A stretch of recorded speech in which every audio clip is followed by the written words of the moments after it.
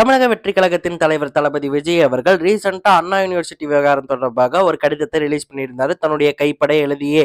அதுல அவர் இனிமே நம்ம ஆட்சியாளர்கள் கிட்ட பெண்களுக்கான பாதுகாப்பு கேட்டு ஒண்ணுமே நடக்க போறது கிடையாது, நமக்கான பாதுகாப்பை நம்ம தான் உருவாக்கணும், கண்டிப்பா ஃபியூச்சர்ல உருவாக்கும் அப்படின்னு சொன்னதோட, நான் தமிழக தாய்மார்களுக்கு அண்ணனாகவும் அரணாகவும் எப்பவுமே நிற்பேன் அப்படின்னு சொல்லிட்டு ஒரு கடிதத்தை ரிலீஸ் பண்ணியிருந்தாரு. இந்த கடிதத்தின் நகலை தாவேக்காவின் உறுப்பினர்கள், குறிப்பா பெண் உறுப்பினர்கள் பாத்தீங்கன்னா வீதி வீதியா சென்று மக்களிடையே விநியோகிச்சுட்டு இருந்தாங்க. அப்படி தமிழ்நாடு முழுக்க விநியோகிச்சுட்டு இருக்கும்போது ஒரு சில பகுதிகளில் அந்த தாவேக்காவின் உறுப்பினர்கள், அதுவும் பெண் உறுப்பினர்களை காவல்துறை கைது செஞ்சு கொண்டு போனாங்க. அப்படி கைது செய்யப்பட்ட ஒரு காவல் நிலையத்துக்கு தாவேக்காவின் பொதுச் செயலாளரான ஆனந்த் அவர்கள் போயிருக்காரு. புஷி ஆனந்த் எல்லாருக்குமே தெரியும்.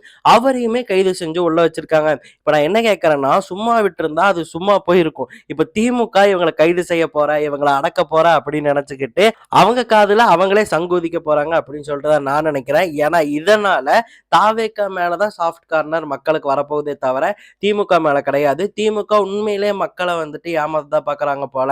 ஒரு கடிதத்தை விநியோகிச்சதுக்கு வந்துட்டு கைது பண்ணுவாங்களா அப்படின்னு சொல்லிட்டு மக்களே கேள்விகளை எழுப்புவாங்க கண்டிப்பா. சோ இது திமுகவுக்கு ஒரு மிகப்பெரிய பேக்லாஷா முடிய போகுது. ஏன்னா இந்த மாதிரி நகலை விநியோகிக்கிறது அப்படிங்கிறது தப்புன்னு கிடையாது. அவங்க போராட்டமும் பண்ணல, ஜஸ்ட் தெரு தெருவா போய் அதை விநியோகிச்சு மட்டும்தான் இருந்தாங்க. ஒரு துண்டு சீட்டை வந்துட்டு கொடுக்கறது வந்துட்டு தப்பு அப்படிங்கிறது வந்துட்டு எங்க இடம்பெற்றிருக்குன்னு எனக்கு தெரியல. உங்களுக்கு தெரிஞ்சா மறக்காம கமெண்ட்ல சொல்லுங்க.